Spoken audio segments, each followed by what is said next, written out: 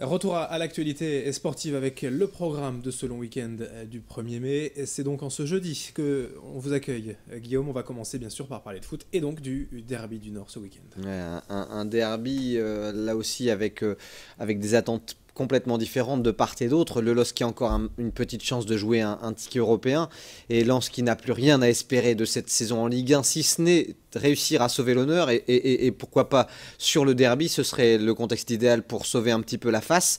Le LOSC 8e en cas de victoire pourrait aller chercher peut-être une place européenne en cas de confirmation derrière. Lens vraiment va essayer de faire la plus belle prestation possible pour faire oublier notamment la défaite face à Paris. D'ailleurs, les deux équipes restent sur deux revers. Le LOSC qui a perdu 6-1 contre le PSG et Lens qui s'est incliné 3-0 contre Monaco. Une victoire de Lille enterrerait pour de bon, mathématiquement, le Racing Club de Lens. À l'aller, le match nul, un partout, n'avait fait les affaires de personne. Et pour remonter un petit peu dans l'histoire, Lens n'a pas gagné à Lille depuis plus de 12 ans. Hein. C'était en 2003 sur le score de 2-0. Donc voilà un petit peu pour ce match, sachant aussi qu'en coulisses, ça s'agite pas mal, Adrien, avec notamment le sénateur maire du Nord, Dominique Bailly, maire d'Orchy, qui a confirmé que des élus et des investisseurs locaux seraient prêts à aider le Racing Club de Lens la saison prochaine à hauteur même de 8 millions d'euros, ce qui n'est pas rien, si Afis Mamadov se désengageait et si Gervais Martel était exclu du projet.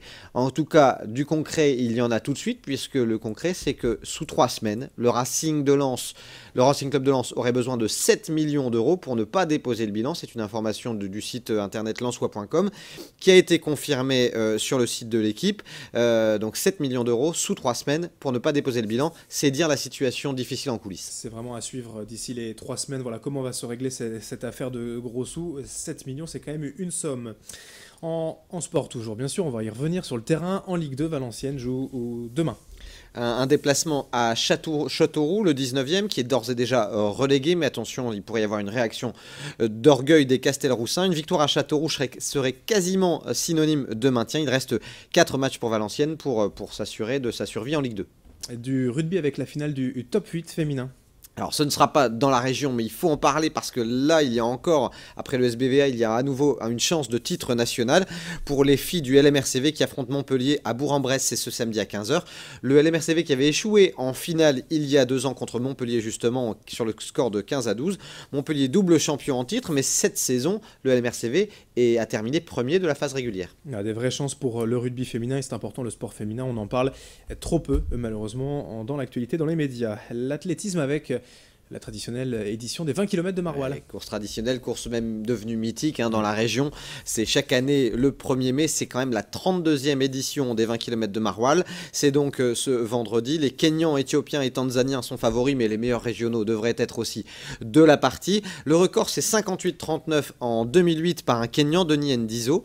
Et il devrait y avoir près de 4500 participants au départ de cette édition qui est toujours ensoleillée et avec toujours beaucoup d'ambiance. Et avec toujours surtout un très beau parcours autour de Maroilles et dans la Vénois, à ne pas louper. Quelques infos en bref pour terminer. Alors pour terminer, on va parler équitation. Après le magnifique jumping international d'Ardelot, eh bien ce week-end débute le jumping international de Maubeuge qui commence donc aujourd'hui et qui se terminera le 3 mai. C'est un 3 étoiles avec du beau monde. C'est une épreuve qualificative pour les championnats d'Europe.